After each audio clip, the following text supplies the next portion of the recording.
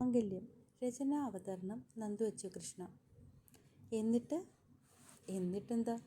Tuition സെൻറ്ററിലെ Christmas എക്സാമിന് mark കുറഞ്ഞതിന് അങ്ങേരവളെ കണ്ണുപൊട്ടി ചീത്ത വിളിക്കുന്ന നേരത്ത് പേടിച്ചിട്ട് ആമ്പലു തല കറങ്ങി ക്ലാസ്സിൽ വീണു. അന്ന് കണ്ടതാ അങ്ങേരെ അവസാനമായി. പിന്നെ ആ പേര് കേൾക്കുന്നത് ഇപ്പോഴാ. ഓ, ഇതാണപ്പോൾ സ്റ്റോറി അല്ലേ? എടാ, അപ്പോഴേ ഒരേ നാട്ടുകാരായിട്ട് ഈ പുള്ളിയെ പിന്നെ നിങ്ങളാരും കണ്ടില്ലേ? എങ്ങനെ കാണാനാടാ? ഇത് വന്ന് അവിടുത്തെ ഗോപാലൻ സാറിൻ്റെ നാടാ. അവർ രണ്ടുപേരും ടീച്ചേഴ്സ് ആയതുകൊണ്ട് പല സ്ഥലങ്ങളിലായിരുന്നു. ആ വർഷം സാറ് റിട്ടയർ ആകുന്നതുകൊണ്ട് ഇവിടുത്തെ സ്കൂളിൽ കിട്ടിയതാ. അങ്ങനെയാ കുറച്ചു കാലം അവരെല്ലാം ഇവിടെ ഉണ്ടായിരുന്നത്. ഓക്കെ.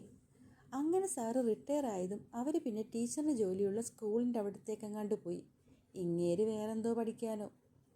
അതിനുശേഷം ഇപ്പോൾ കുടുംബ വീട്ടിലേക്ക് അവർ തിരിച്ചു വന്നിട്ട് കുറച്ച് മാസമല്ലേ ആയുള്ളൂ. അതിനിടയ്ക്കൊന്നും ഈ മുതലിനെ ഞാൻ ആ ഭാഗത്ത് കണ്ടിട്ടില്ല.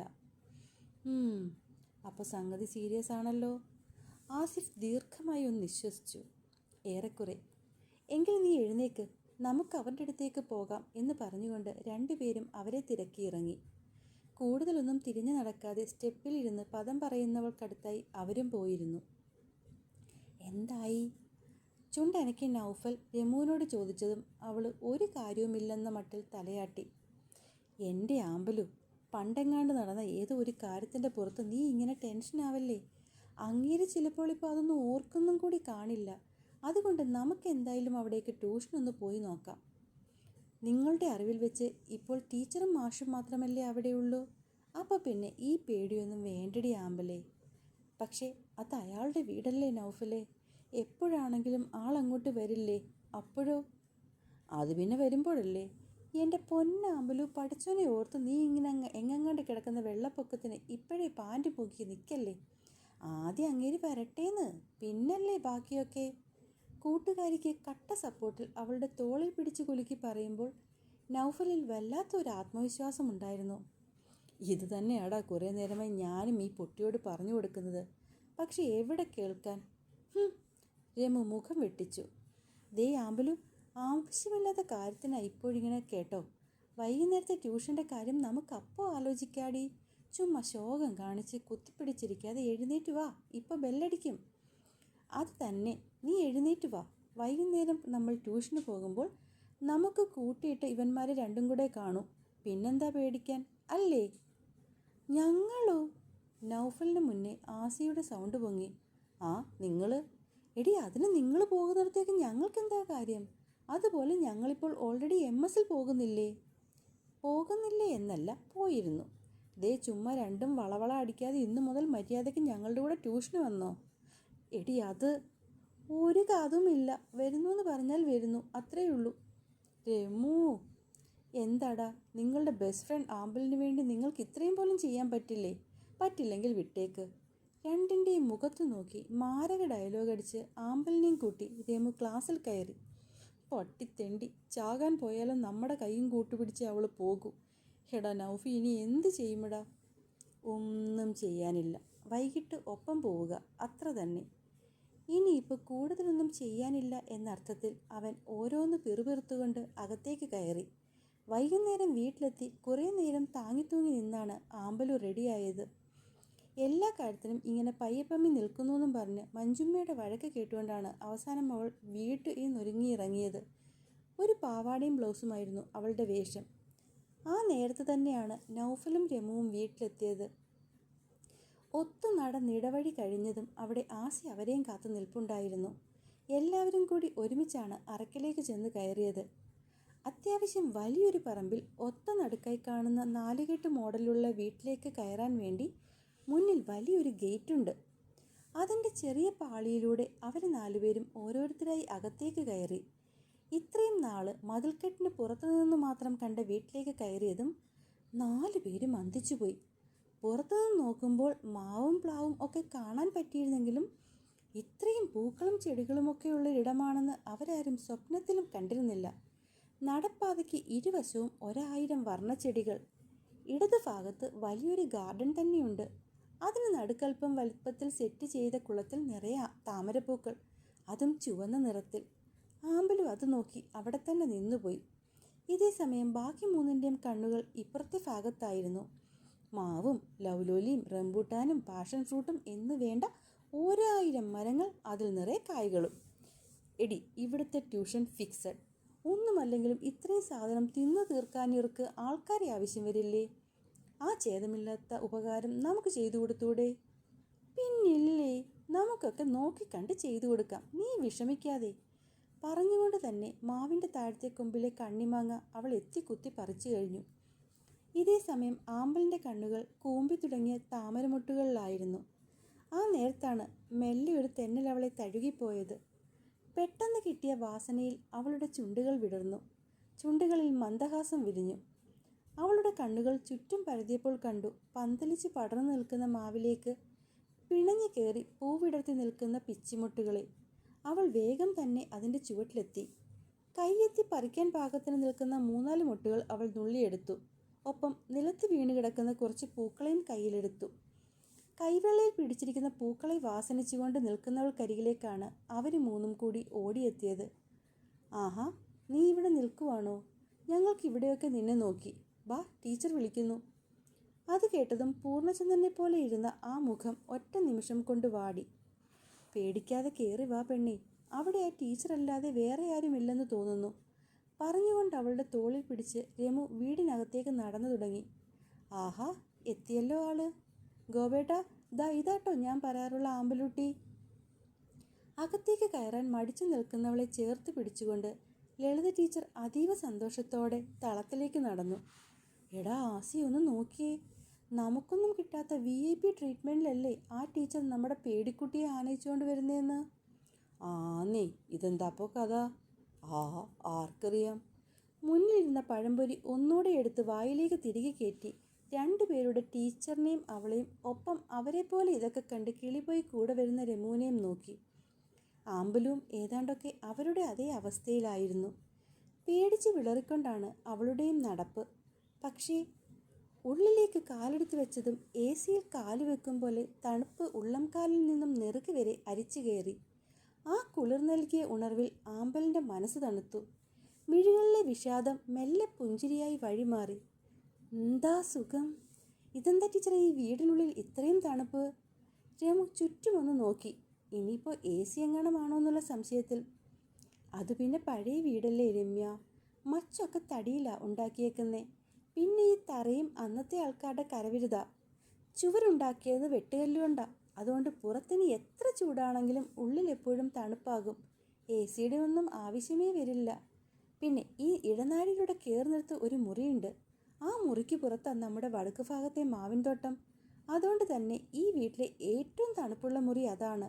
അതല്ലാതെ ലളി, അവർ പഠിക്കാനാ വന്നേക്കുന്നേ, അല്ലാതെ ഇയാളുടെ കാര്യം കേൾക്കാനല്ല. അത്രയും നേരം നിർത്താതെ കാര്യം പറഞ്ഞുകൊണ്ടിരുന്ന ടീച്ചർ പെട്ടെന്ന് ചമ്മിയ പോലെ ചുണ്ട് രണ്ടും മപ്പ് കടിച്ച് കണ്ണടച്ചു. സത്യം പറഞ്ഞാൽ ടീച്ചറിൻ്റെ ആ ഭാവം കണ്ടതും അവരെല്ലാം ഒരുപോലെ ചിരിച്ചുപോയി. അന്ന് തന്നെ ഏതൊക്കെ വിഷയങ്ങൾ ആരൊക്കെ പഠിപ്പിക്കുന്നുവൊക്കെ ടീച്ചർ പറഞ്ഞു. ടീച്ചറും മാഷും അവിടെ ക്ലാസ് എടുക്കുന്നുണ്ട്. ഫിസിക്സും കെമിസ്ട്രിയും ബയോളജിയും ടീച്ചറും, മാത്സും ഇംഗ്ലീഷും ഹിന്ദിയും മാഷും. അപ്പം മലയാളമോ? ടീച്ചർ പറഞ്ഞതും കോറസ് പോലെ ചോദ്യമെത്തി. രമ്യ മലയാളമാണോ സെക്കൻഡ് ലാംഗ്വേജ്? ഞാൻ മാത്രമല്ല ടീച്ചർ, ഇവന്മാരും മലയാളമാണ്. ആമ്പല് മാത്രമേ കൂട്ടത്തിൽ ഹിന്ദിയുള്ളൂ. ആണോ? ഒട്ടും പ്രതീക്ഷിക്കാത്ത പോലൊരു ഞെട്ടൽ ടീച്ചറിൽ കണ്ടു. അതെ. ഷോ, ഇവിടെ ഞങ്ങൾക്ക് രണ്ടുപേർക്കും മലയാളം വലിയ പിടിയില്ല. അപ്പോൾ പിന്നെ ടീച്ചർ വിഷമിക്കേണ്ട. അല്ലെങ്കിൽ ഞങ്ങൾ മലയാളം പിള്ളേർക്ക് മലയാളത്തിന് ട്യൂഷനൊന്നും വേണ്ട. അപ്പോൾ എക്സാമിനിരിക്കുമ്പോൾ അതൊക്കെ നിർഗളമായി ഇങ്ങി പോരില്ലേ? നൗഫി സ്വതസിദ്ധമായ രീതിയിൽ പറഞ്ഞതും ഗോപാലകൃഷ്ണൻ സർ അവനെ ഒന്ന് വൃത്തിക്ക് നോക്കി. അല്ല സർ, ഞാൻ പറഞ്ഞത് എന്താന്ന് വെച്ചാൽ. ചമ്മിക്കൊണ്ടവൻ തലയൊന്ന് ചൊറിഞ്ഞ് സാറിനെ ഇടം കണ്ണാലെ നോക്കിയിട്ട് കുനിഞ്ഞിരുന്നു. മനസ്സിലായി. കൂടുതൽ വിശദീകരണം തന്ന് ബുദ്ധിമുട്ടണ്ട. ടീച്ചർ +2-ന് ഞങ്ങൾ മാത്രമേ ഉള്ളൂ? അല്ല, ഒരു 10 കുട്ടികൾ കൂടെയുണ്ട്. അവരൊക്കെ ചിലപ്പോൾ എത്തിയിട്ടുണ്ടാവും ഇപ്പോൾ. അപ്പോൾ ക്ലാസ് ഇവിടെ അല്ലേ? അല്ല, ക്ലാസ് അപ്പുറത്താ. പിന്നെ നിങ്ങൾ ആദ്യമേ വന്നുകൊണ്ട് ഞാൻ ഇവിടേക്ക് കൂട്ടിയതാ. ചായ കുടിച്ചെങ്കിൽ ബാ, നമുക്ക് അവിടേക്ക് പോകാം. കഴിഞ്ഞു ടീച്ചർ. ബാക്കി 3 പേരും ചാടി എഴുന്നേൽക്കുമ്പോഴും 4-മത്തവൾ പയ്യനെയാണ് എഴുന്നേറ്റേ. ആമ്പൽ ചായ കുടിച്ചില്ലല്ലോ. ഈ കൊണ്ടുവച്ചതും ഒന്നും എടുത്തില്ല. എന്തേ? അത് ടീച്ചർ, ആമ്പലിന് ചായ ഇഷ്ടമല്ല, കോഫിയാ പ്രിയം. അതുപോലെ ആശാട്ടിക്ക് ഇതിലുള്ളതൊന്നും വലിയ പിടുത്തം പോരാ. ശ്രീമൻ ഗണേശൻ്റെ മോദകത്തോടാണ് പ്രിയം. സംഭവം ഇമ്മണി നാടീകരിച്ച് രമു പറഞ്ഞതും ഒപ്പം നിന്നവരെല്ലാം അവളെ നോക്കി ചിരിച്ചു. ഇവിടെ ഒരെണ്ണമുള്ളതും ഇതൊക്കെ തന്നെ. അവനും ചായ പോരാ, കോഫിയെ ഇറങ്ങൂ. അതുകൊണ്ട് അവൻ വന്നാൽ ഇവിടെ 2 തരമാ. ഞങ്ങൾ രണ്ടാൾക്കും ചായയും അവന് കോഫിയും. വളരെ കാഷ്വലായി ടീച്ചർ പറഞ്ഞ കാര്യം അതുവരെ മിണ്ടാതിരുന്നവളുടെ ഹൃദയമിടിപ്പ് ഒന്ന് കൂട്ടി. ഇത്തിരി കഴിഞ്ഞതും ടീച്ചർ അവരെയും കൂട്ടി ക്ലാസ്സിലേക്ക് പോയി. അവിടെ എത്തിയപ്പോൾ ഒക്കെയും കണ്ടുപരിചയമുള്ള മുഖങ്ങളാണ്. 2-3 പേര് ക്ലാസ്സിലെയും ബാക്കിയുള്ളവരിൽ 4 പേര് അവരുടെ സ്കൂളിലെ തന്നെ കമ്പ്യൂട്ടർ സയൻസും പിന്നെയുള്ളവർ സെൻറ്റ് ജോൺസിലെയും കുട്ടികളായിരുന്നു. ചെന്നിരുന്ന് 10 മിനിറ്റ് തികയും മുന്നേ തന്നെ എല്ലാവരും പരിചയത്തിലായി, ആമ്പലൊഴികെ. അത് വേറൊന്നും കൊണ്ടായിരുന്നില്ല. അവളുടെ കണ്ണുകൾ എത്ര വേണ്ടെന്ന് വെച്ചിട്ടും ക്ലാസ് റൂമിനുള്ളിലെ അധികം തിരക്കില്ലാത്ത വാതിലിലേക്കാണ് നീണ്ടുകൊണ്ടിരുന്നത്. ഒരുപക്ഷെ പ്രതീക്ഷിക്കാതെ ആ ആള് മുന്നിൽ പെട്ടെന്ന് വന്ന് പ്രത്യക്ഷപ്പെടുമോ എന്നുള്ള ആശങ്കയിൽ.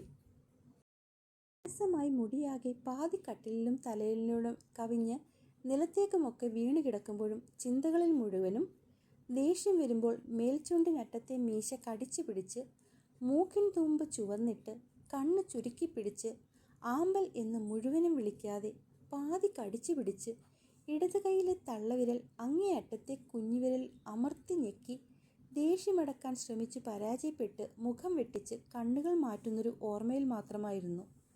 അവൾ കണ്ണുകൾ ഒന്നുകൂടി ഇറുക്കി അടച്ചു തുറന്നു. കൺമുന്നിൽ കൊണ്ടുവന്ന് നിർത്തല്ലേ ഗണേശ, ഇനി വരുമ്പോൾ 3 നാളികേരം ഞാൻ ഉടച്ചേക്കാം. കൈകൂപ്പി പ്രാർത്ഥിക്കുമ്പോൾ പോലും ആ മേൽചുണ്ടും കുഞ്ഞുവിരലും വെറുതെ ആ പ്രാർത്ഥനയിൽ വന്നൊന്ന് എത്തി നോക്കിപ്പോയി. അവൾ കണ്ണിറുക്കി പൂട്ടി ഉറങ്ങാൻ നോക്കി. പക്ഷെ പിന്നെയും പരാജയപ്പെട്ട് കണ്ണുകൾ വീണ്ടും തുറന്നുപോയവൾ. ഇന്ന് വൈകുന്നേരം ട്യൂഷനും കഴിഞ്ഞ് വന്നാണ് മുടി നനച്ചത്. ഇത്രയും താമസിച്ചുകൊണ്ടാവാം ഇപ്പോഴും നനവ് മാറിയിട്ടില്ല. സാധാരണ വൈകുന്നേരം വരുമ്പോഴേക്കും കുളിക്കും. അതുകൊണ്ട് രാത്രിയാകുമ്പോഴേക്കും ഉണങ്ങിക്കിട്ടുമായിരുന്നു. പക്ഷേ ഇനി മുതലിപ്പോൾ ആലോചനയുടെ തുറന്നിട്ട ജാലകത്തിനപ്പുറം കണ്ണുകൾ പാതി മയങ്ങുന്ന ചന്ദ്രബിംബത്തിലേക്ക് പോയി ഉടക്കി നിന്നു. ആളും പാതിയായിരിക്കുന്നു തന്നെപ്പോലെ. അറിയാതെ ചുണ്ടുകൾ ഒന്ന് വിടർന്നു. ഇടതുവശത്തെ കോമ്പലിനറ്റം മാത്രം പുറത്തേക്ക് കാണുന്ന പോലൊരു കുഞ്ഞി പുഞ്ചിരി. ആൾക്ക് ഇനി അങ്ങോട്ട് പുഷ്ടിക്കാം. അമാവാസിയിൽ നിന്നും പൗർണമിയിലേക്കല്ലേ പോക്ക്. പക്ഷെ താനോ ദിവസം പോകുന്തോറും അമാവാസിക്കായുള്ള കാത്തിരിപ്പിലാണ്. അറിയില്ല ഏത് പ്രഭാതമാണ് കാർമേഘമായി മുന്നിലെ ചന്ദ്രനെ മറയ്ക്കുക എന്ന്. പക്ഷെ എന്തോ ആ ദിവസം ദൂരെയല്ലെന്നൊരു തോന്നൽ. ഓർക്കെ ദാഹം കൊണ്ട് തൊണ്ട വരണ്ട് എഴുന്നേറ്റുപോയി. അടുത്തു വെച്ചിരുന്ന ഓട്ടുപാത്രം അതുപോലെ വായിലേക്ക് കമത്തുമ്പോൾ അരികിൽ നിന്നും പതിവായി കേൾക്കുന്ന വഴക്കിനെ അന്ന് വല്ലാതെ മിസ് ചെയ്തു. അച്ചമ്മ, ഇന്നിപ്പോൾ 2 ആഴ്ച കഴിഞ്ഞിട്ടുണ്ട് അപ്പച്ചിയുടെ വീട്ടിലേക്ക് പോയിട്ട്. ഇനിയും 1 ആഴ്ച കൂടി എടുക്കും മടങ്ങി വരാൻ. അപ്പച്ചിയുടെ മകൾ ദിവ്യേച്ചിക്ക് വിശേഷം. കല്യാണം കഴിഞ്ഞ് 6 വർഷമെടുത്തു അങ്ങനെയൊന്ന് കേൾക്കാൻ. അറിഞ്ഞതും അന്ന് വരെ 1000 വേദന പറഞ്ഞ് ഒതുങ്ങി മാറിയിരുന്നാൾ അച്ഛനെയും അമ്മേനെയും തന്നേനും കൂട്ടി ആ പകല് അപ്പച്ചി വീട്ടിലെത്തി. ഇതിപ്പോൾ ഫുൾ ടൈം ദിവ്യേച്ചിയുടെ കൂടാണ്. താനും ഇവിടേക്ക് വന്നിട്ട് 3-4 ദിവസമേ ആയിട്ടുള്ളൂ. ചേച്ചി മടങ്ങി ഹൈദരാബാദിന് പോയാൽ അച്ചമ്മ തിരിച്ചെത്തും. പക്ഷെ അന്ന് വരെ ഈ പേടിച്ചുള്ള കിടത്തം കിടന്നേ പറ്റൂ. ഇനി അമ്മയുടെ കൂടെ പോയി കിടക്കാനോ അല്ലെങ്കിൽ അമ്മേനെ ഇവിടേക്ക് കൂട്ടുവിളിക്കാനോ പറ്റില്ല. ആ ചെകുത്തൻ കുഞ്ഞെങ്ങാനും അറിഞ്ഞാൽ മാനം കപ്പൽ കയറ്റിവിടുമെന്ന് തീർച്ചയാ. അത് സ്കൂളിൽ മാത്രമാകില്ല, അടുത്തുള്ള പഞ്ചായത്തിലും അവൾക്ക് പിടിപാടുണ്ട്. അജ്ജാതി ഒരു മുതലാ അത്. കാറ്റിന് പോലും വേലി കെട്ടിക്കളയും. രമുവിനെ ഒരിക്കൽ കൂടി മനസ്സിൽ ചീത്ത പറഞ്ഞവൾ മുടിയൊരു വശത്തേക്കൊതുക്കി കട്ടിലിൽ കയറി കിടന്നു. മുകളിലേക്ക് നോക്കിക്കിടന്നതും മനസ്സ് അസ്വസ്ഥമായി. സാധാരണ പോലൊരു കട്ടിലല്ല ആമ്പലുവിൻ്റെ.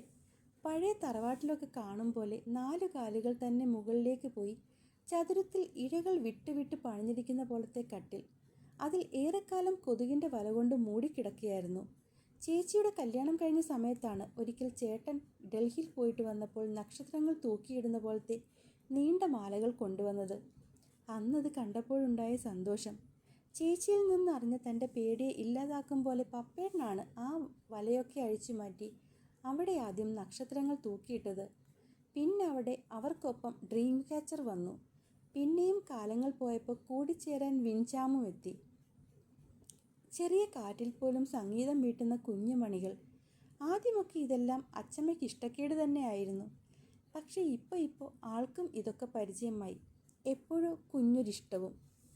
അച്ചമ്മയുടെ ഓർമ്മയിൽ കിടന്നപ്പോൾ അറിയാതെയാണെങ്കിലും ആ മീശത്തുമ്പും കുഞ്ഞുവിരലിനറ്റവും അവളുടെ ഓർമ്മയിൽ നിന്നും മെല്ലെ ഇറങ്ങിപ്പോയതുകൊണ്ടാവും അതുവരെ മടിച്ചു നിന്ന ഉറക്കം അവളെ തേടിയെത്തിയത്. രാത്രിയിലെ സ്വപ്നസഞ്ചാരത്തിൻ്റെ കൂടുതലിൽ പിറ്റേന്ന് എഴുന്നേറ്റപ്പോൾ വല്ലാതെ താമസിച്ചു. മഞ്ജുമ്മയുടെ വായിലിരിക്കുന്നത് മുഴുവനും കേട്ടുകൊണ്ടാണ് രാവിലെ വീട്ടിൽ നിന്നും ഇറങ്ങിയത്. അതുകൊണ്ട് തന്നെ കഴിക്കാൻ കൊടുത്ത അടയുടെ പകുതിയും അടുക്കളപ്പടിയുടെ കയറുന്ന പാതകഭാഗത്തിരിപ്പുണ്ട്. ഉള്ളിലേക്ക് കയറ്റി വെച്ചതുകൊണ്ട് പതിയെ അത് മഞ്ജുമ്മയുടെ കണ്ണിൽ പെടും. കരഞ്ഞുകൊണ്ടാണ് ആമ്പലൊന്ന് വീട്ടിൽ നിന്നിറങ്ങി. ദേ ആമ്പലു, മതി കരഞ്ഞത്. കുറേ നേരമായി തുടങ്ങിയിട്ട്. എനിക്ക് ദേഷ്യം വരുന്നുണ്ട് കേട്ടോ. നൗഫിയും ആസിയും എത്തുന്ന വരമ്പെത്തിയിട്ടും ഏങ്ങലടിയും മൂക്കുപിഴിച്ചിലും തീരുന്നില്ലെന്ന് കണ്ടതും രമു ടെററായി. അപ്പോഴേക്കും അവന്മാർ രണ്ടുപേരും ഒപ്പം എത്തിയിരുന്നു. എടി പൂത്താങ്കിരി, ഇവളെന്താ രാവിലെ അണക്കെട്ട് തുറന്നിട്ടേക്കുന്നത്? ഓഹ്, അതിനെപ്പറ്റി ഒന്നും പറയാതിരിക്കുന്ന അഭേദം. ഇന്നലെ രാത്രി മൊത്തം ഈ പേടിത്തൊണ്ടി അങ്ങേരെ സ്വപ്നം കണ്ടു കിടന്നിട്ട് രാവിലെ ലേറ്റായിട്ടാണ് എഴുന്നേറ്റത്. അതിന് മഞ്ജുമ്മ ശരിക്കും വഴക്ക് പറഞ്ഞു. അപ്പോൾ തുടങ്ങിയതാ കീറ്റൽ പുല്ല്. ഇച്ചിരി ഒന്ന് ലേറ്റായതിന് ഇത്രയും വഴക്കൊക്കെ പറയണോ? ആമ്പലുവിനെ തോളിൽ പിടിച്ച് ആശ്വസിപ്പിച്ചുകൊണ്ട് നൗഫി രമുവിനെ ഒന്ന് നോക്കി. ഇത്രയും വഴക്കൊന്നുമല്ല, ഇതിനും അപ്പുറം കേൾക്കും. എടാ, നമ്മളെപ്പോലെ ഇത്തിരി ലേറ്റായാലും ഒരു കാക്കക്കുളി കുളിച്ച് ഇവക്ക് വരാൻ പറ്റത്തില്ല. അതിന് ഈ കാണുന്ന കേശഭാരം മൊത്തം പിന്നി മടക്കി രണ്ടായി കെട്ടിയൊക്കെ വരാൻ പറ്റൂ. അതും ഇവൾ ചെയ്താൽ ശരിയാവത്തുമില്ല. അപ്പം പിന്നെ മഞ്ജു അമ്മയ്ക്ക് സമാധാനമായി അതൊക്കെ ചെയ്ത് ഈ രൂപത്തിൽ വൃത്തിയായിട്ട് അവളെ പുറത്തേക്ക് വിടണമെങ്കിൽ നല്ല സമയം വേണം നൗഫി. അത് നീ വിചാരിക്കുന്ന പോലെ അതേ ചെറിയ കുട്ടിക്കളിയൊന്നുമല്ല. അത്രയും കാര്യഗൗരവത്തോടെ രമ്യ പറഞ്ഞതും സംഭവം രണ്ടുപേർക്കും മനസ്സിലായെങ്കിലും അതിനെ കൂടുതൽ ശ്രദ്ധിക്കാതെ അവർ കൂട്ടുകാരുടെ കരച്ചിൽ മാറ്റുന്ന തിരക്കിലായിരുന്നു. വലിയ സന്തോഷത്തോടെയാണ് ബാക്കി മൂന്നുപേരും അറയ്ക്കലേക്ക് കയറി ചെന്നതെങ്കിലും ആദ്യത്തെ കാൽവെപ്പിൽ തന്നെ ഹൃദയമിടിപ്പ് പറഞ്ഞൊരുവളും അവൾക്കൊപ്പമുണ്ടായിരുന്നു. ഇന്നലത്തെ പോലെ വീട്ടിലേക്ക് കയറാതെ നേരെ പഠിക്കുന്നിടത്തേക്കാണ് നാലും പോയത്. ഈ വീടിനുള്ളിലേക്ക് കാൽ വെച്ചപ്പോൾ തന്നെ ചുറ്റും പായുന്ന കണ്ണുകളെ അടക്കി പിടിച്ച് ശ്വാസമെടുക്കുന്ന പോലും മറ്റൊരാൾ അറിയാത്ത വിധമാണ് ആമ്പലു അകത്തേക്ക് പോയി രണ്ടാമത്തെ ബെഞ്ചിൽ രണ്ടാമത്തെ സ്ഥാനേക്കിരുന്നത്. ആരോ ചിരിച്ചുകൊണ്ട് എന്തോ ചോദിച്ചപ്പോഴാണ് ഇന്നലെ കാണാത്ത രണ്ടുപേരും കൂടി ക്ലാസ്സിൽ വന്നിട്ടുണ്ടെന്ന് ആമ്പൽ കാണുന്നത്. ഇത്തിരി നേരം കഴിഞ്ഞതും ടീച്ചർ ക്ലാസ്സിലേക്ക് വന്നു. ഇത്രയും മനോഹരമായി കെമിസ്ട്രി പഠിപ്പിക്കാൻ സാധിക്കും എന്ന് അന്ന് ആദ്യമായി ആമ്പലൂനും രമുവിനും ആസിക്കും നൗഫിക്കുമൊക്കെ മനസ്സിലായി. ക്ലാസ്സിൽ നിന്നിറങ്ങുമ്പോൾ അന്ന് പഠിച്ച ഭാഗങ്ങൾ ഏതാണ്ടൊക്കെ ഹൃദിസ്ഥമാക്കി തന്നെയാണ് എല്ലാവരും ഇറങ്ങിയത്. ക്ലാസ് കഴിഞ്ഞെന്ന് ടീച്ചർ പറഞ്ഞതും ആൺകുട്ടികളും പെൺകുട്ടികളും എല്ലാം ആദ്യം ഓടിയത് കുറച്ച് മുന്നിലെ പേരമരത്തിൻ്റെ ചുവട്ടിൽ ടീച്ചറും മാഷും പറിച്ചു വെച്ചിരുന്ന പേരയ്ക്ക എടുക്കാനായിരുന്നു. ക്ലാസ് കഴിഞ്ഞതിന് ശേഷം എടുത്താൽ മതി എന്നുള്ള മാഷിൻ്റെ ആജ്ഞയിൽ അത്രയും നേരം പിടിച്ചു നിന്ന കുട്ടികൾക്ക് ടീച്ചർ പോയത് എടുത്തോളൂ എന്ന് പറഞ്ഞതും മാരത്തോണിൻ്റെ ഓട്ടത്തിൽ പലരും ആദ്യം തന്നെ അവിടെ എത്തി. മറ്റുള്ളവരെ തട്ടി ഓടാൻ പണ്ടേ മിടുക്കിയായതുകൊണ്ട് രമുവിൻ്റെ കയ്യിൽ ഒരു 4-5 ആദ്യമേ കയറിപ്പറ്റി. എന്നാലും എങ്ങനെ സാധിക്കുന്നതിൽ നിന്നെ കൊണ്ട് ഇതൊക്കെ? രമുവിൻ്റെ കയ്യിലെ 4 പേരയ്ക്കും നോക്കി കോക്കറി കാണിച്ച് പറയുന്നവനെ അതിലും പുച്ഛത്തോടെ നോക്കിക്കൊണ്ടാണ് അവൾ അകത്തേക്ക് ചെന്നത്. ആമ്പലൂന് ക്ലാസ്സൊക്കെ മനസ്സിലാകുന്നുണ്ടല്ലോ അല്ലേ?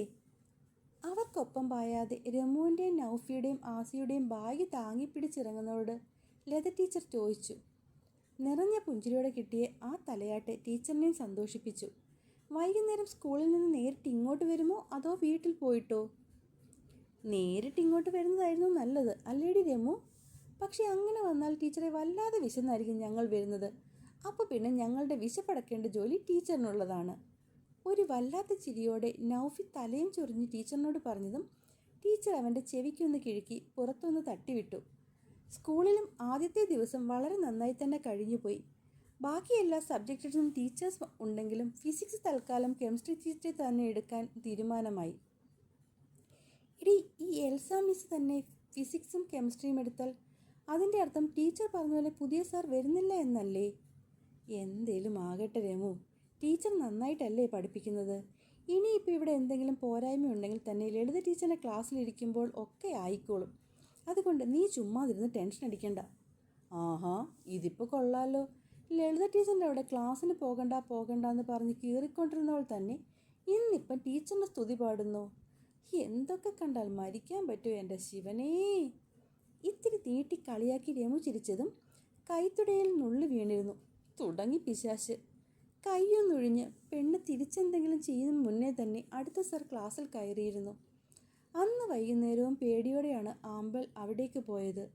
അന്ന് രാത്രിയും അവൻ്റെ ഓർമ്മകളിൽ ഉറക്കം പോയാൽ പക്ഷേ തലേന്നത്തെ പോലെ രാവിലെ എഴുന്നേൽക്കാൻ താമസിക്കാതെ പതിവിലും നേരത്തെ ഉണർന്നു. ആ ദിവസം മാഷിൻ്റെ ക്ലാസ്സായിരുന്നു ഇംഗ്ലീഷ്. അതും ടീച്ചറിനെ പോലെ തന്നെ അത്രയും മനോഹരമായ പഠനം. അന്നും പേരയും ചാമ്പയും ലെവലോലിയും എല്ലാം കുട്ടികളുടെ ബാഗിലും വായിലും നിറഞ്ഞാണ് അവിടെ നിന്നിറങ്ങിയത്. 2-3 ദിവസം കഴിഞ്ഞതോടെ ആമ്പലുവിൻ്റെ മനസ്സിൽ നിന്നും ആദ്യത്തെ വെപ്രാളവും പേടിയുമൊക്കെ മെല്ലെ അകന്നു.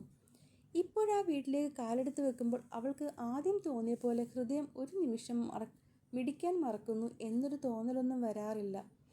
അങ്ങനെ ഒരാഴ്ച അവസാനിക്കുന്ന ഞായറാഴ്ച എത്തി. സാധാരണ ഞായറാഴ്ചകളിൽ ട്യൂഷൻ ഇല്ലാത്തതാണ്. പക്ഷേ തിങ്കളാഴ്ച ട്യൂഷൻ കാണാത്തതുകൊണ്ട് ആ ക്ലാസ് ഞായറാഴ്ചത്തേക്ക് വെച്ചതാണ് മാഷ്. അത്യാവശ്യം നല്ല മുഷിവോടെയാണ് കുട്ടികളൊക്കെ ക്ലാസ്സിൽ വന്നത്. മാഷ് ക്ലാസ്സിൽ കയറി 5 മിനിറ്റ് കഴിയുന്നതിന് മുന്നേ തന്നെ ഫോൺ ബെല്ലടിക്കുന്ന ശബ്ദം കേട്ടു. സംശയം കൊണ്ട് മാഷ് നോക്കുമ്പോഴാണ് അറിയുന്നത് എടുത്തുകൊണ്ട് വന്നത് ടീച്ചറുടെ ഫോണാണെന്ന്. മാഷ് തലയൊന്ന് കുടഞ്ഞുകൊണ്ട് ഫോൺ ആദ്യമിരുന്ന ആമ്പലിൻ്റെ നേരെ നീട്ടി. മോൾ ടീച്ചർക്ക് ഇതൊന്ന് കൊണ്ടു കൊടുത്തേരെ. ഒപ്പം പഠിപ്പിച്ചിരുന്ന ടീച്ചറാണ് ഈ വിളിക്കുന്നത്. എടുത്തില്ലേ എടുക്കും വരെ നീളും ഈ വിളി. അതുകൊണ്ട് ഇതങ്ങ് അകത്തേക്ക് കൊടുത്തേരെ. സൈലൻറ്റിലാണെങ്കിലും ഡിസ്പ്ലേയിൽ മിന്നുന്ന സുമ ടീച്ചർ എന്ന പേര് കണ്ടുകൊണ്ട് അവൾ അതും വാങ്ങി വീട്ടിലേക്ക് നടന്നു. ആമ്പൽ, ഇന്നത്തെ ദിവസം തന്നെ അത് കൊണ്ടുപോയി കൊടുക്കണേ. ഒരൽപ്പം കളിയോടെ മാഷ് പിന്നിൽ നിന്ന് പറഞ്ഞതും കുട്ടികളുടെയൊക്കെ ചിരി ഉയർന്നു കേട്ടു. അത് പുറത്തേക്ക് കേട്ടതും അവൾ നടത്തത്തിൻ്റെ സ്പീഡ് നന്നായി കൂട്ടി. ഓടിക്കൊണ്ടകത്തേക്ക് കയറിയതും ഒരിക്കലും പ്രതീക്ഷിക്കാത്തൊരാൾ മുന്നിൽ. ഉമ്മറപ്പടിയിൽ നിന്നും പുറത്തേക്ക് വീഴാൻ പോയവളെ ഇടുപ്പിൽ പിടിച്ച് നെഞ്ചിലേക്ക് ഒതുക്കിയവൻ നോക്കിയതും കാണുന്നത് കണ്ണുകൾ രണ്ടും ഇറുക്കിയടച്ച് തൻ്റെ നെഞ്ചിലെ രോമങ്ങൾ മുഴുവനും പിഴുതെടുക്കാൻ പാകത്തിന് വലിച്ചു പിടിച്ച് ശ്വാസം പോലും എടുക്കാതെ കണ്ണടച്ച് നിൽക്കുന്നവളെയാണ്. കണ്ണുകൾ ഇറുക്കി അടച്ചു നിന്നവൾ ഒരു വട്ടം പോലും അത് തുറക്കാൻ തയ്യാറായില്ല. ഏയ് ഹലോ. തൻ്റെ നെഞ്ചിലേക്കമർന്ന മുഖം ശരീരത്തിൽ നിന്നും മാറ്റാൻ ശ്രമിച്ചുകൊണ്ടവൻ വിളിച്ചെങ്കിലും അവൾ അങ്ങനെ തന്നെ നിന്നുപോയി. എടോ. ഇത്തവണ അവൻ അല്പം ബലം പ്രയോഗിച്ച് പിന്നിലേക്ക് നീങ്ങിയതും വെപ്രാളപ്പെട്ടുകൊണ്ടവൾ ഒരു പിടി പിന്നിലേക്ക് ചാടി. ഏയ് റിലാക്സ്. ശ്വാസം ഒന്ന് നേരെ എടുത്തുകൊണ്ട് അവൻ ആ മുഖത്തേക്ക് നോക്കിയതും അവൾക്ക് മുന്നേ ഞെട്ടിയതിലും അധികമായി അവൻ ഞെട്ടിമാറി. ആമ്പൽ, ഒരിക്കലും ഇവിടെ ഇങ്ങനെ താൻ ഒരിക്കലും പ്രതീക്ഷിച്ചില്ല. അതുവരെ അവനിലുണ്ടായിരുന്ന വെപ്രാളം മാറി പെട്ടെന്നൊരു പിടപ്പ് ഹൃദയത്തിൽ തോന്നിയത് ആ നിമിഷം അവൻ അറിഞ്ഞില്ലെങ്കിലും അതുവരെ ഇല്ലാതിരുന്നൊരു തണുപ്പ് ഹൃദയത്തിലേക്ക് ഒഴുകുന്നത് അവന് മനസ്സിലാവുന്നുണ്ടായിരുന്നു. ഇതിനിടയിൽ കയ്യിലിരുന്ന ടീച്ചറുടെ ഫോൺ നിലത്ത് വീണ് ചിന്നച്ചിതറിയത് ആമ്പൽ അറിഞ്ഞില്ല. മനസ്സും ശരീരവും എല്ലാം പൂക്കുല പോലെ വിറയ്ക്കുകയാണ്. കണ്ണിമകൾ ഒന്ന് ചിമ്മിയപ്പോൾ മുന്നിലേക്കെത്തിയ കാഴ്ച സത്യമാണോ മിഥ്യയാണോ എന്നറിയാതെ അവൾ പകച്ചപ്പോൾ മുന്നിലുള്ളവൻ ഇവളെന്തേ ഇവിടെ എന്നുള്ള ചിന്തയിൽ വല്ലാത്തൊരവസ്ഥയിലായിരുന്നു. അവൾ കണ്ണുകൾ ഇറുക്കി അടച്ചു. ഇപ്പോഴും മുന്നിലെ നിഴല് കാണുന്നുണ്ട്. തല ഉയർത്തിയൊന്ന് നോക്കിയാൽ കണ്ടത് ഭ്രമമാണോ സത്യമാണോ എന്നുറപ്പിക്കാനും പറ്റും. പക്ഷെ സാധിക്കുന്നില്ല. കഴിഞ്ഞ കുറേ ദിവസമായി ഊണിലും ഉറക്കത്തിലുമെല്ലാം ഈ ഒരാളാണ് വന്നു പോകുന്നത്. ഒന്ന് താൻ നനച്ചിരിക്കുകയിൽ വരുന്നതെല്ലാം അത് താനെന്ന് തോന്നും എന്നുള്ള രമുവിൻ്റെ വാക്കുകളിലാണ് ഇത്രയും ദിവസം മുന്നിലേക്ക് തള്ളി നീക്കിയത്. പക്ഷെ ഇതിപ്പോൾ കണ്ടത് ആളെ തന്നെയാണെന്ന് മനസ്സ് പറയുന്നു. പക്ഷെ നോക്കാൻ കഴിയുന്നില്ല. അപ്പോഴേക്കും ഏതൻ സമചിത്തതയിലേക്ക് എത്തിയിരുന്നു. അമലു. ആ ഒരൊറ്റ വിളിയിൽ അതുവരെ സ്വരുക്കൂട്ടി വെച്ചിരുന്ന ധൈര്യം അപ്പാടെ ചോർന്ന പോലെ മുന്നിൽ നിൽക്കുന്നവനെ അവളൊന്ന് പാതി നോക്കി. പക്ഷേ ആ കണ്ണുകളിലേക്ക് ഒരു നിമിഷം നോട്ടം ഉറപ്പിക്കുന്നതിന് മുന്നേ തന്നെ അവൾ കുഴഞ്ഞു വീണിരുന്നു. ദൈവമേ, ഈ കുട്ടി കണ്ണു തുറക്കുന്നില്ലല്ലോ. മാഷി, വണ്ടി എടുക്ക്, നമുക്ക് ഹോസ്പിറ്റലിലേക്ക് പോകാം. മുഖത്തേക്ക് വീഴുന്ന വെള്ളത്തുള്ളികൾക്കൊപ്പം മനസ്സിൻ്റെ കോണിൽ എവിടെയോ ടീച്ചറിൻ്റെ ശബ്ദം കേട്ടു. വേണ്ട ടീച്ചറെ, അതിൻ്റെ ഒന്നും ആവശ്യമില്ല. കുട്ടി കണ്ണു തുറക്കുന്ന കണ്ടില്ലേ.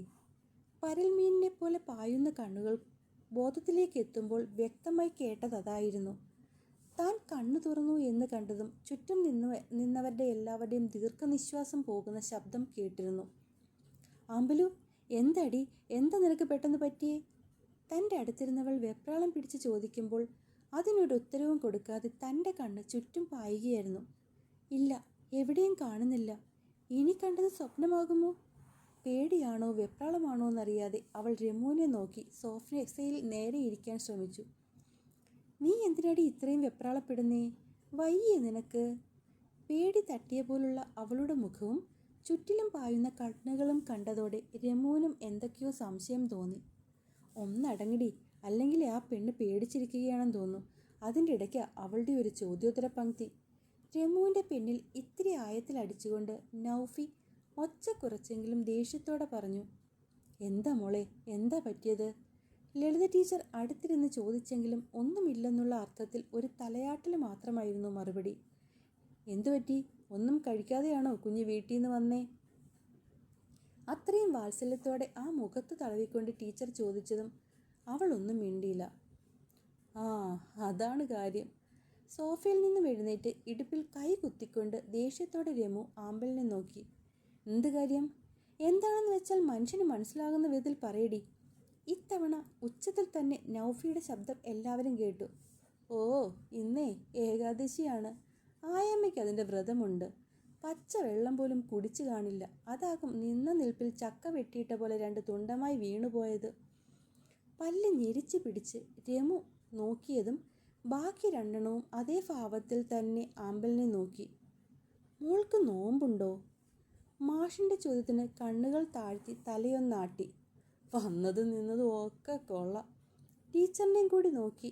അത്രയും പറഞ്ഞുകൊണ്ട് മാഷ് കയ്യിലിരുന്ന നാരങ്ങ വെള്ളം അവളുടെ കയ്യിലേക്ക് കൊടുത്തു. അത് അവൾ കയ്യിലേക്ക് വാങ്ങുന്നതിന് മുന്നേ രമ്യ വാങ്ങി. കുട്ടിക്കല്ല അത്. പക്ഷെ അവൾ കുടിക്കില്ലല്ലോ സാറേ.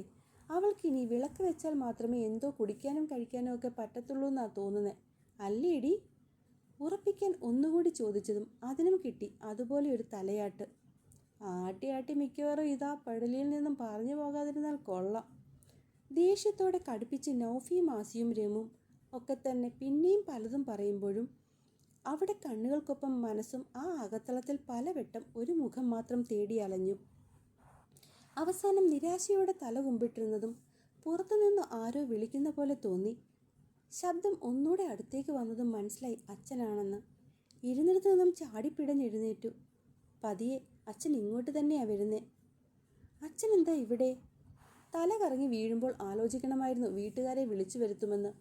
നല്ലോണം പുച്ഛിച്ചുകൊണ്ടുള്ള രമ്യയുടെ മറുപടി കേട്ടതും അവൾ കൂടുതൽ തളർന്നു.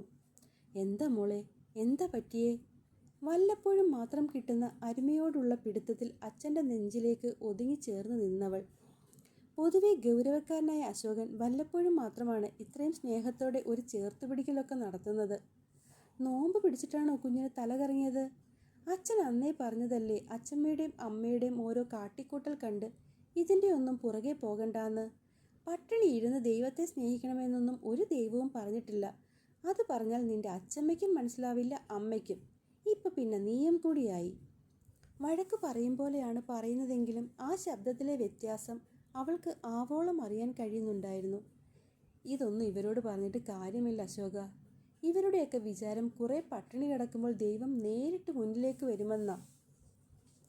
മാഷ് നല്ലോണം പുച്ഛത്തിൽ ലളിത ടീച്ചറിനെ നോക്കിക്കൊണ്ടാണ് അത്രയും പറഞ്ഞത്. എടി, ഗോപാലൻ മാഷ് സഖാവാണെന്ന് തോന്നുന്നു. രമുവിൻ്റെ പിന്നിലേക്ക് മാറി അവളുടെ ചെവിയിൽ കേൾക്കാൻ പാകത്തിൽ അത്രയും ഒച്ച താഴ്ത്തി ആസി മറ്റാരും കേൾക്കുന്നില്ലെന്ന് ഉറപ്പ് വരുത്തി പറഞ്ഞു. തോന്നലല്ല മോനെ, അങ്ങിരുന്നല്ല ഒന്നാന്തരം 916 സഖാവ് തന്നെയാണ്. നിനക്ക് പുള്ളിയെ വേണ്ടത്ര പരിചയം ഇല്ലാത്തതുകൊണ്ടാ. ഇവിടുത്തെ മണ്ഡലം പ്രസിഡൻ്റാണ് ആള്. ഇപ്പം പിന്നെ ഡയലോഗ് വല്ലതും കുറയുമോ? അപ്പം ചുമ്മാതല്ല ഈ ഡയലോഗടി മൊത്തം. അല്ലടി, നീ ഏതാ പാർട്ടി? അറിഞ്ഞിട്ടിപ്പോൾ എന്തിനാ? ചുമ്മാ. എങ്കിലേ മോൻ കൂടുതൽ ചുമ്മാ അറിയാൻ വരേണ്ട. തള്ളി നിന്നേ. അല്ലടി, ഞാൻ കേട്ടിട്ടുണ്ട് ഈ പെൺപിള്ളേർക്ക് പൊതുവെ സഖാക്കന്മാരോടൊരു ചായ്വുണ്ടെന്ന്. അതുകൊണ്ട് ചോദിച്ചു പോയതാ. ഓ അങ്ങനെ. രമു ഒന്ന് വെളുക്കെ ചിരിച്ചു. അങ്ങനെയാണെങ്കിൽ നൗഫി, നീ ഉറപ്പിച്ചോ നമ്മുടെ രമു പക്ക ഇടതുപക്ഷമാണ്. അതെന്താടാ? അത് പിന്നെ ഇവിടുത്തെ കമ്മിറ്റിയിലെ സകല കുട്ടി സഖാക്കന്മാരോടും ഇവൾക്ക് കാണുമ്പോൾ ക്രഷ് അടിക്കാറുണ്ട്. നൗഫി ആസിയുടെ തോളിലൂടെ കൈയിട്ട് പറഞ്ഞതും അവൻ ആണോന്നുള്ള അർത്ഥത്തിൽ കണ്ണും മിഴിച്ച് രമുവിനെ നോക്കി. ആ നേരത്തവൻ പറഞ്ഞതത്രയും സമ്മതിച്ചുകൊണ്ടുള്ള പാൽനിലാവ് പോലുള്ള പുഞ്ചിരി അവളുടെ മുഖത്ത് തെളിഞ്ഞു. എടി സത്യമാണോ? അങ്ങനെ ഒരുപാടൊന്നുമില്ല, ഒരു 6-7 കുട്ടി സഖാക്കന്മാർ. 6-7? 7 പേർ. എൻ്റെ ബദരീങ്ങളെ, 7 പേരെയൊക്കെ! അപ്പോഴേക്കും നൗഫിയുടെ വായ പൊത്തിപ്പിടിച്ചിരുന്നു ആസി.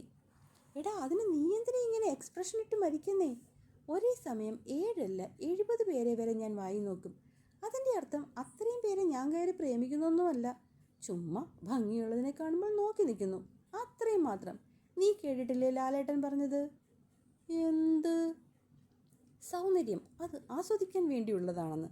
സോ ഞാനത് അനുസരിക്കുന്നു എന്ന് മാത്രം. അള്ളാ, ഇവളെപ്പോലൊരു കാട്ടുകോഴിയെ അങ്ങയ്ക്കല്ലാതെ വേറെ ആർക്കും കാക്കാൻ പറ്റില്ല. രമ്യ വരുന്നുണ്ടോ? ആമ്പലിനെയും പിടിച്ച് അശോകൻ അടുത്ത് വന്ന് ചോദിക്കുമ്പോഴാണ് 3 പേരും കൂടിയുള്ള സഫ ഒന്ന് നിർത്തിയത്.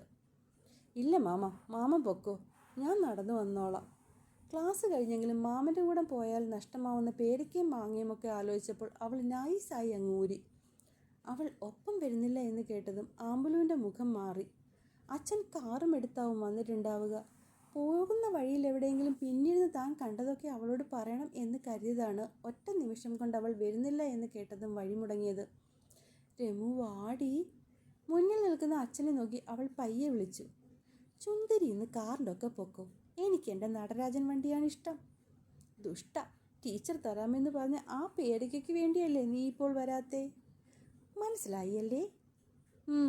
മുഖം വെട്ടിച്ച് ദേഷ്യം കാണിച്ചുകൊണ്ട് ആമ്പൽ പെയ്യെ നടന്ന് പുറത്തേക്കിറങ്ങി. ഒരു പേരയ്ക്കൊക്കെ വേണ്ടി നീ നിൻ്റെ കൂട്ടുകാരെ തേച്ചു അല്ലേടി? ആസി രമുവിനെ ഒന്ന് നോക്കി. പേരയ്ക്ക ആയതുകൊണ്ട് തേച്ചെന്നേ ഉള്ളൂ. പകരം ഒരു ഫാമിലി പാക്ക് ഡയറി മിൽക്ക് ആയിരുന്നെങ്കിൽ അവൾ ആമ്പലുവിനെ അമേരിക്കയിൽ വേണമെങ്കിലും കൊണ്ടുപോയി വിട്ടിട്ട് വന്നേനെ. അപ്പോഴാ. അത് വേണ്ട, ആജാതിയൊന്നും ഇറക്കണ്ട. അച്ഛനോടൊപ്പം പോകുന്നവളെ നോക്കി ചിരിച്ചുകൊണ്ട് രണ്ടിനെ നോക്കി പേടിപ്പിച്ചവൾ. വാതിലെത്തിയതും അവൾ ഒരിക്കൽ കൂടി ഉള്ളിലാകെ കണ്ണുപായിച്ചു. ഇല്ല, ആരുമില്ല. ഉണ്ടായിരുന്നെങ്കിൽ ഈ നേരത്തിനിടയ്ക്ക് എപ്പോഴെങ്കിലും പുറത്തേക്ക് വന്നേനെ. അപ്പോൾ ഞാൻ കണ്ടത് സ്വപ്നമാകും. മുഖം താഴ്ത്തി പടിയിറങ്ങുമ്പോൾ ആ നേരം അവൾ അറിഞ്ഞില്ല. അങ്ങനെയാ കണ്ടത് സ്വപ്നമാണെങ്കിൽ ഒരിക്കലും അവളുടെ ഇടത്തെ കൈത്തണ്ടയിൽ നഖം കൊണ്ട് പോറിയ പോലെ നീണ്ട ഒരു മുറിവുണ്ടാകില്ല എന്ന്. ഇതേ സമയം ഇടനാഴിക്കറ്റത്തെ തെക്കിനിയിൽ കുറച്ചു മുന്നേ നടന്ന കാര്യങ്ങൾ ഓർക്കുകയായിരുന്നു ഏദൻ. ഓർക്കപ്പുറത്ത് പാഞ്ഞു വന്ന് നെഞ്ചിടിച്ച് ചേർന്ന് നിന്നൊരു പഞ്ഞിക്കെട്ട് അടക്കിപ്പിടിച്ച് ഹൃദയത്തിലേക്ക് ചേർന്ന് നിന്നപ്പോൾ പാതി തുറന്നു കിടന്ന ഷർട്ടിനുള്ളിലൂടെ ആ മുഖം ഹൃദയത്തിലേക്ക് അത്രയും പറ്റിപ്പിടിച്ചാണ് നിന്നത്. ഒരു നിമിഷം ഭൂമിയും ആകാശവും എല്ലാം നിശ്ചലമായ പോലെ തോന്നിയവന് ഇതുവരെ അറിയാത്തൊരു സന്തോഷവും സമാധാനവും മനസ്സിനുള്ളിലേക്ക് ആഴ്ന്നിറങ്ങും പോലെ. അറിയാതെ തന്നെ ഇടുപ്പിലമർന്ന കൈയുടെ മുറുക്കം ഒന്ന് കൂടി. അതറിഞ്ഞെന്ന പോലെ വെപ്രാളപ്പെട്ടുകൊണ്ട് ആ കുഞ്ഞു ശരീരം ഒന്ന് പിടച്ചു. പിന്നെയും തൻ്റെ കൈയെത്തും പോലെ ഒരിക്കൽ കൂടി അവിടെ അമർന്നുപോയി. ഒരിക്കലും താൻ അറിഞ്ഞുകൊണ്ടായിരുന്നില്ലത്, പക്ഷെ സംഭവിച്ചു പോയി. ആ വേദനയുടെ ഒരു നേർത്തനാദം അവളിൽ നിന്ന് വീണതും ബോധം വന്ന പോലെയാ പെട്ടെന്ന് പിന്നിലേക്ക് മാറിയത്. പക്ഷേ ആ പിടച്ചിലിൽ അവളുടെ വലതു കൈയിലെ രോമങ്ങൾ പിന്നെയും തന്നെ ആയത്തിൽ വലിഞ്ഞുപോയി. പതിയെങ്കിലും താൻ വേദന അറിഞ്ഞ നിമിഷം. പക്ഷെ അപ്പോഴും നെഞ്ചിൽ നിന്ന് അകറ്റാൻ കഴിയാത്തത്രയും പ്രിയപ്പെട്ട എന്തോ ഒന്നെന്ന പോലെ എന്തിനെന്നറിയാതെ താൻ അവളെ ഒരു കിളിക്കുഞ്ഞിനെ പോലെ പൊതിഞ്ഞു പിടിച്ചിരുന്നു. ഇതൊക്കെ സ്വപ്നം പോലെയാണ്. കാലങ്ങൾക്കിപ്പുറം കണ്ടുമുട്ടിയവളെ അതിശയത്തോടെയാണ് നോക്കി നിന്നത്. പെട്ടെന്ന് മുന്നിൽ കണ്ടതിൻ്റെ പകപ്പും ബഹളവും ഒക്കെ ഉള്ളിൽ നിന്നും പുറത്തേക്ക് വരും മുന്നേ തന്നെ അവൾ തണ്ടൊടിഞ്ഞ താമര പോലെ കയ്യിലേക്ക് വീണിരുന്നു. കയ്യിൽ കോരിയെടുത്ത് അകത്തളത്തിലേക്ക് കൊണ്ടുവന്ന് കിടത്തിയതും ഭയപ്പെട്ടുകൊണ്ട് അമ്മയും ഓടിയെത്തി. പിന്നാലെ എത്തിയ അച്ഛനും കൂടി ആയപ്പോൾ ആകെ ബഹളമായി.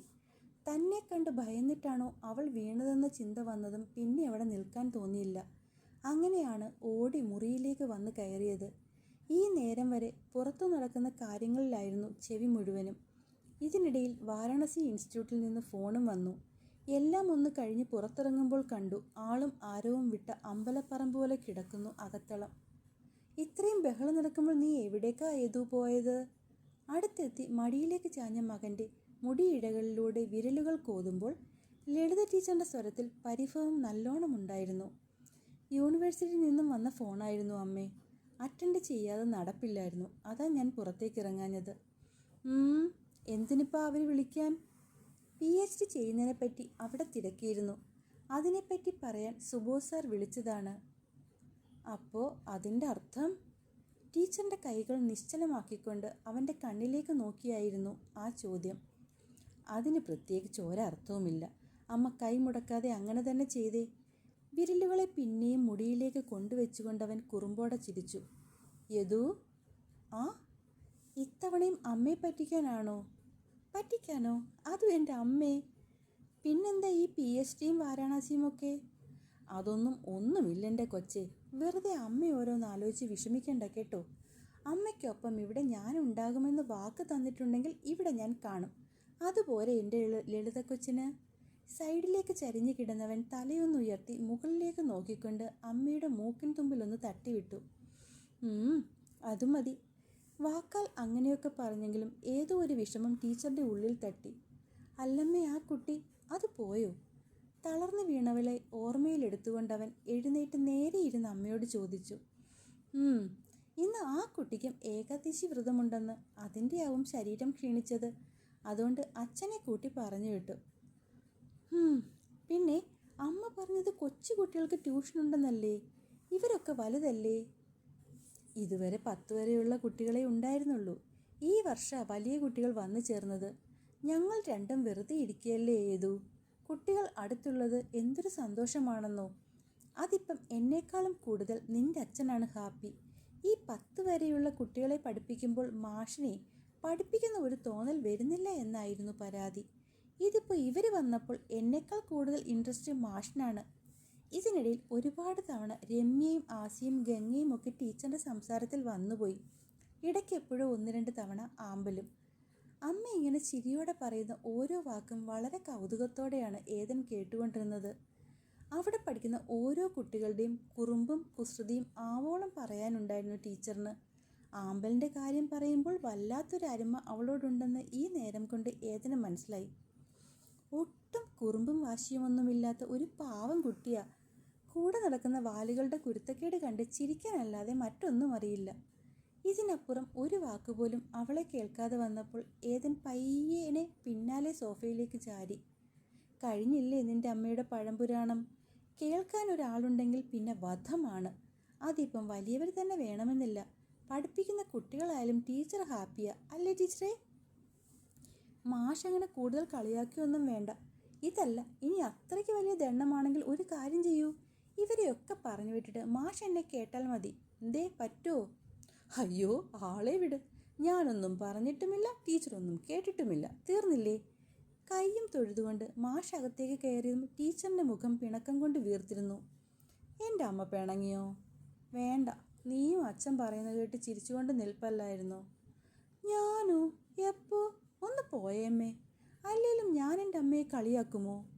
ഒരു കള്ളച്ചിരിയോടെ അവൻ പിന്നെയും ടീച്ചറിൻ്റെ മടിയിലേക്ക് കിടന്നു. നീ ഒരു കള്ളനാട്ടോ യദു. അമ്മയ്ക്കതറിയാമെന്ന് എനിക്കും അറിയാം. ഒരു കള്ളച്ചിരിയോടെ അതും പറഞ്ഞ് കണ്ണടയ്ക്കുമ്പോൾ വെറുതെ എന്ന പോലെ ആമ്പലിൻ്റെ മുഖം മനസ്സിലേക്ക് തെളിഞ്ഞു. ഈ നേരം വീട്ടിനുള്ളിലൂടെ തെക്ക് വടക്ക് നടക്കുകയായിരുന്നു ആമ്പൽ. ആഹാരം കഴിക്കാതെ തലകറങ്ങി വീണു എന്ന് പറഞ്ഞിട്ട് അച്ഛൻ്റെ വായിൽ നിന്നും അമ്മയ്ക്ക് ആവശ്യത്തിലധികം കിട്ടി ബോധിച്ചിട്ടുണ്ട്. അതുകൊണ്ട് തന്നെ മുന്നോട്ട് ഒരു നോമ്പും തന്നെക്കൊണ്ട് എടുപ്പിക്കില്ല എന്ന വാശിയിൽ അമ്മ പറഞ്ഞിട്ട് പോയതാണ് കുറച്ചു മുൻപ്. സാധാരണ തനിക്കെന്തെങ്കിലും വയ്യാഴിക വന്നാൽ 1000 വട്ടം ഓടിക്കയറി വരുന്ന അമ്മയാ ഇന്നിപ്പോൾ അച്ഛനോടുള്ള പിണക്കത്തിൽ വാശിയും കാണിച്ച് അപ്പുറത്തേക്ക് പോയിരിക്കുന്നത്. ഒരു തരത്തിൽ പറഞ്ഞാൽ ആരും ഈ മുറിയിലേക്ക് വരാത്തത് തൽക്കാലം അവൾക്ക് വലിയ ആശ്വാസമായിട്ടാണ് തോന്നിയത്. ഇത്തിരി നേരം അങ്ങോട്ട് കഴിഞ്ഞില്ല, വാതിൽപ്പടിയിൽ കണ്ട നിഴലനക്കത്തിൽ കണ്ണവിടേക്ക് പോയി. കയ്യിൽ പാലുമായിട്ടാ വരവ്. മുഖത്തെ പിണക്കം മറച്ചു വെക്കാതെ തന്നെ അവളെ ഒന്ന് നോക്കി പാലും ഒപ്പം ഉണ്ടായിരുന്ന അടയും ടേബിളിലേക്ക് വെച്ചു. ഒപ്പം പോകുന്നതിന് മുന്നേ ഒരു നോട്ടവും. അതിൻ്റെ അർത്ഥം കൊണ്ടുവന്നത് മുഴുവനും കഴിച്ചോളണമെന്നാണ്. ആ നോട്ടത്തിന് മറുപടി എന്ന പോലെ തലയും കുമ്പിട്ട് വെറുതെ നിന്നു. എങ്ങനെയെങ്കിലും ഹാളിൽ പോയി ആ ഫോൺ എടുക്കാൻ പറ്റിയിരുന്നെങ്കിൽ എന്നുള്ള ചിന്തയിൽ പിന്നെയും മുറിയിലൂടെ അങ്ങോട്ടും ഇങ്ങോട്ടും നടന്നു. രമ മാഷിനെ കണ്ടു കാണില്ലേ? കണ്ടെങ്കിൽ എന്നെ വിളിച്ചേനെയല്ലോ. അപ്പോൾ കണ്ടു കാണില്ലേ? ഇനിയിപ്പോൾ ഞാൻ കണ്ടത് വല്ല സ്വപ്നവുമാണോ? എൻ്റെ ഗണേശ, എനിക്ക് ഭ്രാന്ത് പിടിക്കും. കൈകൾ രണ്ടും കൂട്ടിത്തിരുമ്മി തെക്ക് വടക്ക് നടക്കുന്നതിനപ്പുറം കണ്ടത് സത്യമോ മിഥ്യമോ എന്നറിയാത്ത ടെൻഷനിലായിരുന്നു അവൾ കൂടുതൽ. ഇതിപ്പോൾ അച്ഛൻ ഹാളിലിരുന്ന് TV കാണുകയാണ്. വാർത്ത കേൾക്കുന്ന സമയത്ത് ഒരു ഫോൺ കോൾ വരുന്നത് പോലും ആൾക്കിഷ്ടമല്ല. അപ്പോൾ പിന്നെ ആരെയെങ്കിലും അങ്ങോട്ട് വിളിക്കുന്ന കാര്യം ഓർക്കണോ? പക്ഷേ രമുവിനെ ഒന്ന് വിളിച്ച് കാര്യം തിരക്കിയില്ലെങ്കിൽ മരിച്ചു പോകുമെന്നൊരു തോന്നൽ വന്നതും അവൾ മുറിയിൽ നിന്നും പുറത്തേക്കിറങ്ങി. ഹാളിലെത്തി ഫോണിനടുത്തേക്ക് നിന്നതും അച്ഛൻ്റെ നോട്ടമെത്തി. രമുവിനെ വിളിച്ചോട്ടെ? അയ്യോ പാവം പോലെ നിന്നുള്ള ആ ചോദ്യം കണ്ടതും സത്യം പറഞ്ഞാൽ അശോകന് ചിരിയാണ് വന്നത്. ഒപ്പം ഇത്രയും പാവത്തം വെച്ച് തൻ്റെ മോളെങ്ങനെ മുന്നോട്ട് പോകുമെന്നുള്ള ആശങ്കയും ആ മനസ്സിലേക്ക് ഓടിയെത്തി. സമ്മതം പോലെ തടിയാട്ടിയപ്പോഴേക്കും അവൾ നമ്പർ ഡയൽ ചെയ്ത് കഴിഞ്ഞിരുന്നു. ഫോൺ ആ ചെവിയിലേക്ക് വെക്കും മുന്നേ തന്നെ കേട്ടു. ഞാൻ നിന്നെ അങ്ങോട്ട് വിളിക്കാൻ തുടങ്ങുകയായിരുന്നുള്ള സ്ഥിരം ഡയലോഗ്. സാധാരണ അത് കേൾക്കുമ്പോൾ ഒന്നും രണ്ടും പറഞ്ഞ് ചെല്ലേണ്ടതാണ്. പക്ഷേ ഇന്നതിലൊക്കെ വലുതായിട്ടും ചോദിക്കാൻ മറ്റൊരു കാരണമുണ്ടല്ലോ. അവൾ ശ്വാസം നേരെയാക്കി മുന്നിലിരിക്കുന്ന അച്ഛനെ ഒന്ന് നോക്കി. ശ്രദ്ധ മുഴുവനും TV കാണുന്ന ആഷ്മിയിലാണ്. അവൾ സ്പീക്കറിൽ കൈവച്ച് മുറുക്കിക്കൊണ്ട് രമ്യയുടെ പേര് വിളിച്ചു. രമു, നിനക്ക് എങ്ങനെയുണ്ടെന്ന് എത്ര നേരമായിട്ട് ചോദിക്കുവാടി. എന്താ നിന്റെ വായിൽ പൂച്ച വിറ്റ് കിടക്കുകയാണോ? ഒരു ചോദ്യം തന്നെ പലവട്ടം ചോദിച്ചതിൻ്റെ അസഹിഷ്ണുത മൊത്തം പുറത്തേക്കെത്തി. അത് ഞാൻ കേട്ടില്ല. സ്വരം വല്ലാതെ താണുപോയി. അത് കേട്ടതും അപ്പുറത്തെ തലക്കിരുന്നവൾക്ക് സങ്കടമായി. എന്താടി ആമ്പലു, എന്താ മോളെ? അത്രത്തോളം സ്നേഹം വരുമ്പോൾ മാത്രമാണ് ഈ മോളെ വിളിയൊക്കെ. ഒന്നുമില്ല. അതിനുമുമ്പ് ഞാനൊരു കാര്യം ചോദിച്ചാൽ നീ സത്യം പറയുമോ? അവളുടെ ആ ചോദ്യത്തിൽ രമു ഞെട്ടി. അതെന്താപ്പോ ഇത്രയും അടക്കിപ്പിടിച്ച് ചോദിക്കാൻ പാകത്തിലൊരു സത്യം? ആകാംക്ഷയോടെയുള്ള ചോദ്യത്തിനപ്പുറം അവളുടെ സ്വരത്തിൽ മറ്റെന്തെങ്കിലും കൂടി ഉണ്ടോയെന്ന് ആമ്പൽ തേടി. പറയടി പുല്ലേ, വെറുതെ മനുഷ്യനെ ടെൻഷനാക്കാതെ. അത് പിന്നെ ടീച്ചറുടെ വീട്ടിൽ ടീച്ചറുടെ മോൻ വന്നിട്ടുണ്ടോ? ടീച്ചറുടെ മോനോ? എവിടെ? പ്രതീക്ഷിക്കാതെ എന്തോ കേട്ടെന്ന പോലെ സ്വരം ഒന്നുകൂടെ ഉയർന്നു. അവിടെ, അറയ്ക്കൽ. നിനക്കെന്താ ആമ്പലു, ഒന്ന് തലകറങ്ങി വീണപ്പോൾ റിലേ പോയോ? തമാശ അല്ല രമു, ടീച്ചറിൻ്റെ മോൻ വന്നിട്ടുണ്ടോ അവിടെ? എവിടുന്ന് വരാനാടി? അല്ല, ഇപ്പോൾ വന്നിട്ടുണ്ടെങ്കിൽ തന്നെ നമ്മൾ കാണണ്ടേ? എന്തേ, നീ കണ്ടോ ആളെ? ഇനിയിപ്പം അതെങ്ങാനും കണ്ടിട്ടാണോ തലകറങ്ങി വീണേ? ബെല്ലും ബ്രേക്കുമില്ലാതെ ഒരു നിര ചോദ്യങ്ങൾ ഒന്നിനു പുറകെ ഒന്നായി രമു അഴിച്ചുവിട്ടു. ഞാൻ കണ്ടു രമു. പതിഞ്ഞ ശബ്ദത്തിൽ ചേട്ടൻ മറുപടിയിൽ രമ്യ ഒന്ന് പകച്ചുപോയി. എന്താ ആമ്പലു, നീ എന്താടി കൊച്ചേ ഇങ്ങനെ? എന്തെങ്കിലും പകൽക്കിനാവ് കണ്ടോ നീ? സത്യം രമു, ഞാൻ കണ്ടതാ. അച്ഛൻ കേൾക്കാതെ അത്രയും ശബ്ദം താഴ്ത്തി പറഞ്ഞിട്ടും അവളുടെ സ്വരം വിങ്ങിപ്പൊട്ടുന്നത് രമ്യയ്ക്ക് മനസ്സിലാവുന്നുണ്ടായിരുന്നു. ആ പോട്ടെ, ഇനിയിപ്പോൾ അതാലോചിച്ച് നീ വിഷമിക്കണ്ട. അവിടെ ആ ടീച്ചറിൻ്റെ മോനൊന്നും വന്നിട്ടില്ല. അങ്ങനെ വന്നിരുന്നെങ്കിൽ ഞങ്ങൾ കാണേണ്ടതല്ലേ? നീ പോയി കഴിഞ്ഞ് പിന്നെയും 10-20 മിനിറ്റ് കഴിഞ്ഞല്ലേ ഞങ്ങൾ ഇറങ്ങിയത്? ആണോ? ആന്നേ. ഒരു പക്ഷേ നിനക്ക് തോന്നിയതായിരിക്കും.